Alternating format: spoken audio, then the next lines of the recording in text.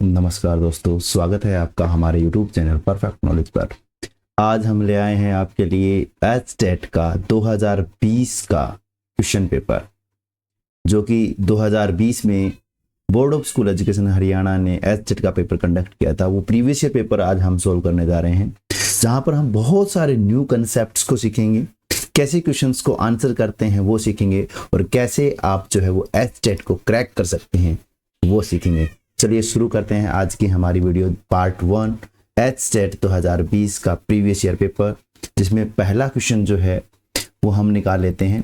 आज हम 5 से 7 क्वेश्चन जो है वो करने वाले हैं, जिसमें से पहला क्वेश्चन कहता है कि भारतीय आर्थिक नियोजन के प्रथम 3 दशकों में राष्ट्रीय आय की वार्षिक वृद्धि दर कितनी रही, या what was the annual growth rate of national income in the first 3 decades of Indian economic planning. ठीक है, तो आपको पता है कि जब इंडिया आजाद हुआ था, ठीक है ना, तो आपको पता है कि 1950 से लेकर के 1980 तक, क्योंकि 1947 में इंडिया आजाद हुआ, तो पहले दशक 1950 से 60, ठीक है, फिर 60 से 70, फिर 70 से 80, ये पहले 3 दशक हुए, है ना। इन 3 दशकों में जो इंडिया की जो ग्रोथ रेट थी वो बहुत ही नॉमिनल रही थी, बहुत ही कम रही थी, ठीक है ना। वो रही थी लगभग आपकी 3.4, जिसको राजकृष्णा ने हिंदू ग्रोथ रेट का नाम दिया है, ठीक है ना, जिसको राजकृष्णा, आप ये ध्यान करेंगे, जो राजकृष्णा इकोनॉमिक्स थे उन्होंने जो है हिंदू ग्रोथ रेट का नाम दिया था, ठीक है ना। हिंदू ग्रोथ रेट, वो ग्रोथ रेट जो बहुत ही कम हो रही थी, ठीक है ना, इसलिए इन्होंने इसको जो है वो हिंदू ग्रोथ रेट का नाम दिया था। चलिए नेक्स्ट क्वेश्चन कहता है 1992, कहता है निम्न में से किसे स्थिर रखकर उपभोक्ता बचत को समझाया जाता है।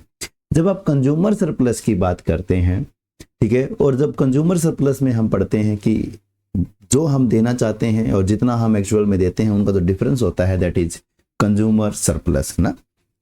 इसको आप ऐसे देखते हैं कि हम जो है वो एक्चुअल में पे करना चाहते थे इतना, ठीक है, और एक्चुअल में पे करते हैं इतना, तो जो ये आपका यहाँ बच जाता है, यानी कि ये आप पे करना चाहते लेकिन आपने पे नहीं किया, दिस इज कंज्यूमर सरप्लस, है ना।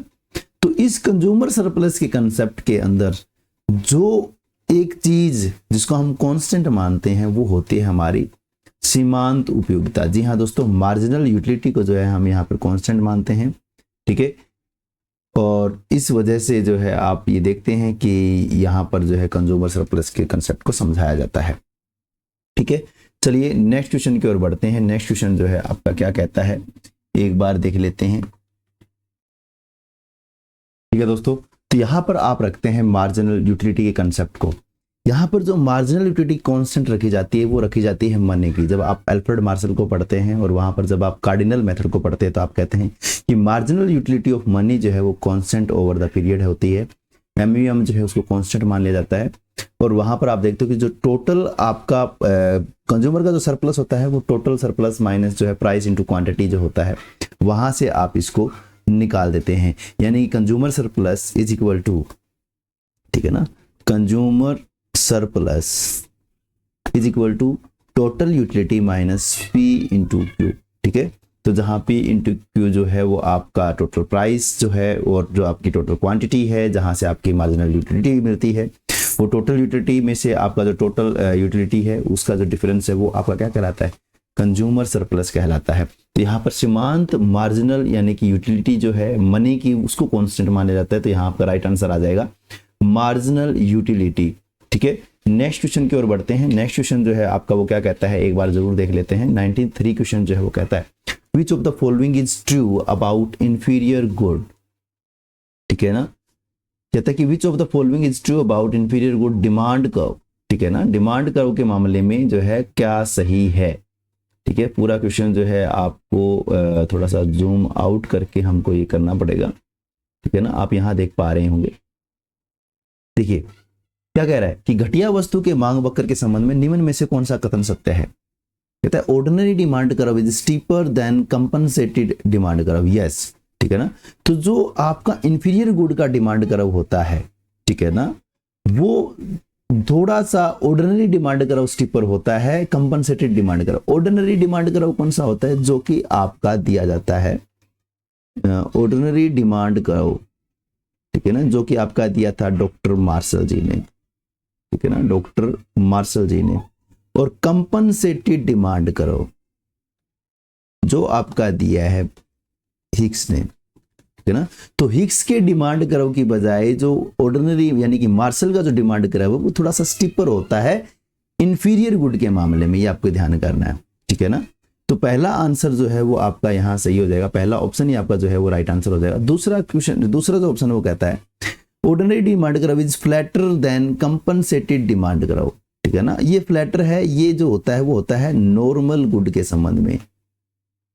देखो अब की बार आपसे जो है यहाँ पे इंफीरियर गुड पूछा गया है, तो इंफीरियर गुड में जो ऑर्डिनरी डिमांड करो होता है वो स्टिपर होता है कंपनसेटेड के मुकाबले।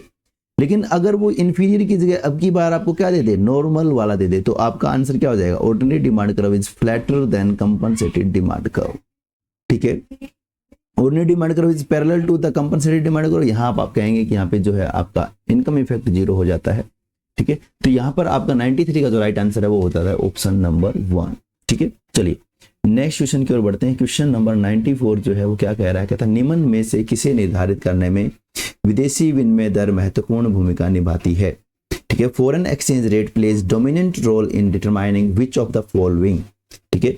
तो आप देखते हैं कि विदेशी जो विनिमय दर होती है या फॉरेन एक्सचेंज जो रेट होता है वो क्या बताता है, ठीक है। फॉरेन एक्सचेंज रेट जो है उस रेट को कहते हैं जहां पर एक देश की जो डोमेस्टिक करेंसी है वो दूसरे देश की जो इंटरनेशनल करेंसी है उसके साथ उसको ट्रांजैक्शन जो है उसकी की जाती है, उसके साथ उसका जो लेन देन जो है वो किया जाता है, उसके साथ उसका जो एक्सचेंज है वो किया जाता है। यानी कि जिस रेट पे डोमेस्टिक करेंसी को इंटरनेशनल करेंसी के साथ में बदला जाता है वो आपकी कहलाती है फॉरेन एक्सचेंज रेट। यानी कि आप मान के चलिए कि इंडिया के जो 70 रुपए हैं वो अगर $1 के बदले में बदले जाते हैं, यानी कि $1 के बदले में अगर आपको इंडिया के 70 रुपए मिल रहे हैं या 70 रुपए के बदले में आपको जो है $1 मिल रहा है, इसका मतलब $1 इज इक्वल टू 70 रुपये आपका क्या है, एक्सचेंज रेट है, ठीक है ना। तो यानी कि एक देश की जो करेंसी दूसरे देश की करेंसी के साथ जिस रेट पे चेंज होती है, एक्सचेंज होती है, उसे हम फॉरेन एक्सचेंज रेट कहते हैं। तो फॉरेन एक्सचेंज रेट से जो वैल्यू होती है इंटरनेशनल ट्रेड की वो भी चेंज हो जाती है, जो कंपोजिशन होता है इंटरनेशनल ट्रेड का वो भी चेंज हो जाता है, और जो डायरेक्शन होता है इंटरनेशनल ट्रेड का वो भी चेंज हो जाता है।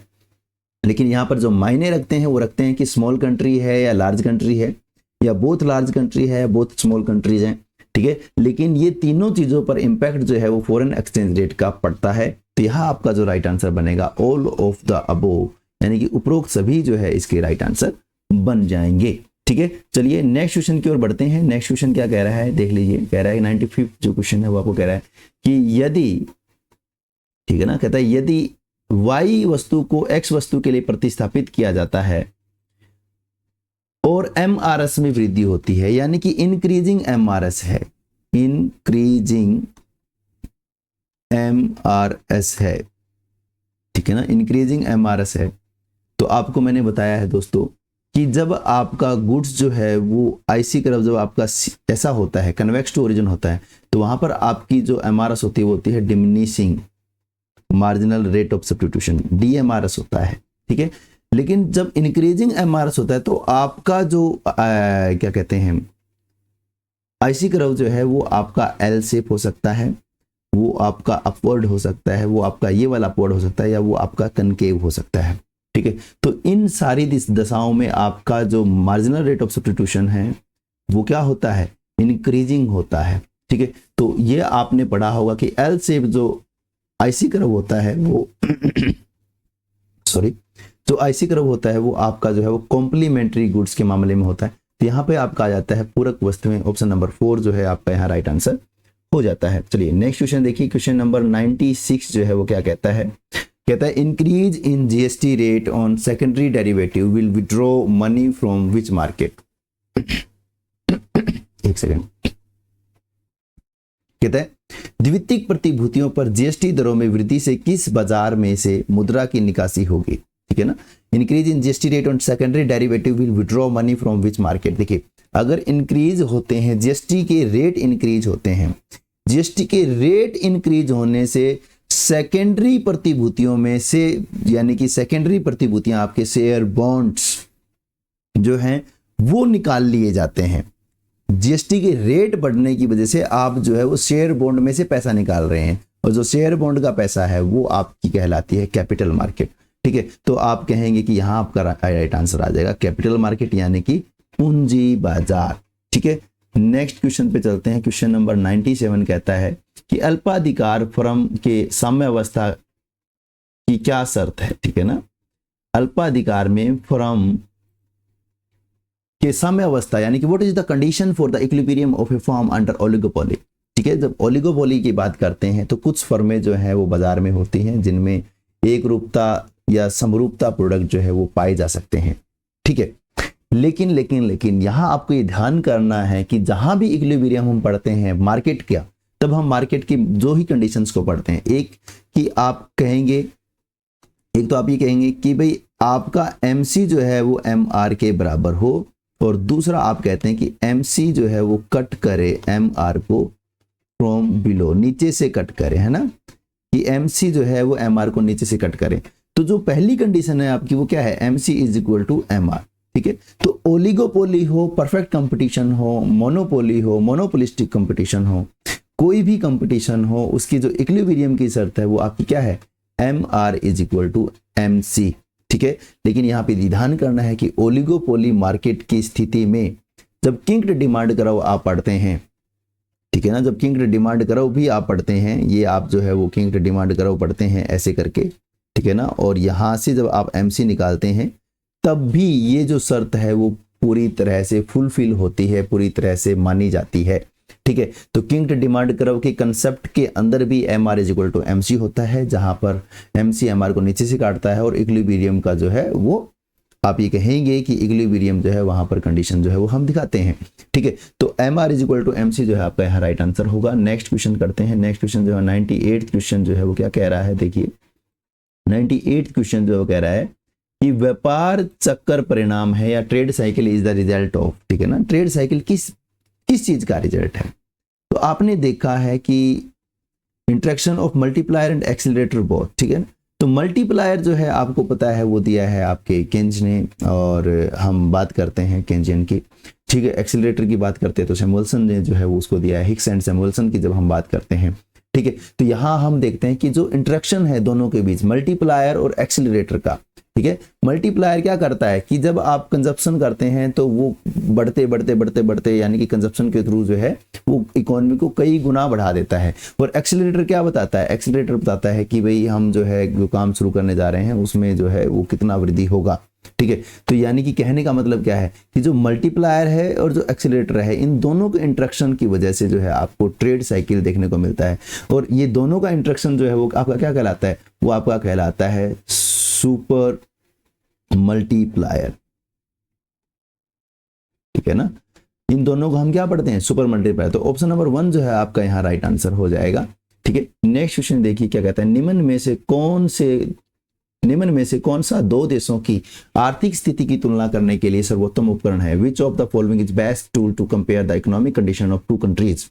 ठीक है, तो जब भी आप दो कंट्रीज की इकोनॉमिक स्थिति की तुलना करना चाहते हैं तो सबसे सर्वोत्तम उपकरण जो है वो आपका होता है पर कैपिटा इनकम। ठीक है ना, पर कैपिटा इनकम, प्रति व्यक्ति आय जो है वो आपकी पर कैपिटा इनकम जो है वो आपका बेस्ट टूल है to compare the economic condition of two countries. ठीक है ना, बिटवीन द टू कंट्रीज। ठीक है, चलिए नेक्स्ट क्वेश्चन की ओर बढ़ते हैं, क्योंकि बहुत कम समय है और ज्यादा जो है क्वेश्चन है हमारे पास, तो समय की कमी की वजह से यही आज जो है 102 तक के क्वेश्चन जो है हम करने वाले हैं। निम्नलिखित में से कौन सी एक कपड़ा उद्योग की अमितव्ययताओं का उदाहरण नहीं है, ये आपको ध्यान करना है, ऑप्शन में नहीं है, यानी आपको नहीं वाला देखना है। Which of the following is not an example of diseconomies of textile industries not. ठीक है, देखिए अगर टेक्सटाइल इंडस्ट्री है वो काम कर रहा है तो वो अपना वेस्टेज जो है वो पानी में डालेगा, तो वाटर पोल्यूशन जो है वो तो होगा, आप कहेंगे यस होगा। ठीक है, फॉल इन सेक्स रेशो यानी कि लिंगानुपात में कमी, ये जो है वो आपको सूट नहीं कर रहा। लिंगानुपात में और टेक्सटाइल का इससे क्या संबंध है। ठीक है ना, स्वास्थ्य हेल्थ संबंधी अगर कोई चीज होगी, ठीक है ना, हेल्थ से संबंधी अगर कोई इंडस्ट्री है, अगर उसमें कुछ होता है तो क्या पता आप ये कहेंगे कि हेल्थ बिगड़े इंसान की। ठीक है, फर्टिलिटी जो है वो कम हो जाए, या स्पर्म जो है उसका जो वैल्यू है वो कम हो जाए, वो काउंटिंग कम हो जाए। तो ऐसी कई सारी चीज़ें हो सकती है। तो फॉल इन सेक्स रेशियो ये पॉसिबल नहीं है, ठीक है ना। कपड़ा उद्योग की अमितविताएं ये नहीं हो सकती हैं, तो इसलिए आपका आंसर आ जाएगा option number 2, fall in sex ratio. अब फसल का प्रारूप बदल जाता है, क्योंकि अगर आप देखेंगे टेक्सटाइल इंडस्ट्री अगर आपके आसपास लगी है तो सारे ही जो है वो कॉटन लगाना शुरू कर देंगे, तो जो खाद्यान्न जो फसलें हैं उनके जो है वो आप कम जो है उनका इस्तेमाल करेंगे, तो ये भी जो है वो एक अमितविताएं हैं, ठीक है। फिर जो लेबर हाउसिंग प्रॉब्लम है वो भी वहाँ पर आनी शुरू हो जाती है, क्योंकि बहुत सारी समस्याएं जो है वो जन्म ले लेती हैं। तो ये तो हो सकती हैं, लेकिन जो नहीं हो सकती वो है फॉल इन सेक्स रेशियो। चलिए नेक्स्ट क्वेश्चन देखते हैं। 101 क्वेश्चन जो है वो क्या कहता है, कहता है यदि वास्तविक औसत से विचलन लिया जाए, ठीक है ना, तो आप देखेंगे कि ये आपका जो वास्तविक औसत है और इससे आप जो है वो विचलन ले रहे हैं, ठीक है। तो मैं ये कहता हूं कि भाई 1, 2 और 3 है, ठीक है, और 1, 2, 3 है, जिसमें से हम जब मीन निकालेंगे तो हमारा मीन आएगा 2, ठीक है। तो हम लेंगे 1 - 2 यानी कि x - x बार, ठीक है, 2 - 2 और हम लेंगे भाई 3 - 2, ठीक है। तो यहाँ हम लेंगे एक में से -2 करेंगे तो हमारे पास आएगा -1, यहाँ आएगा हमारा 0 और यहाँ हमारा आएगा 1।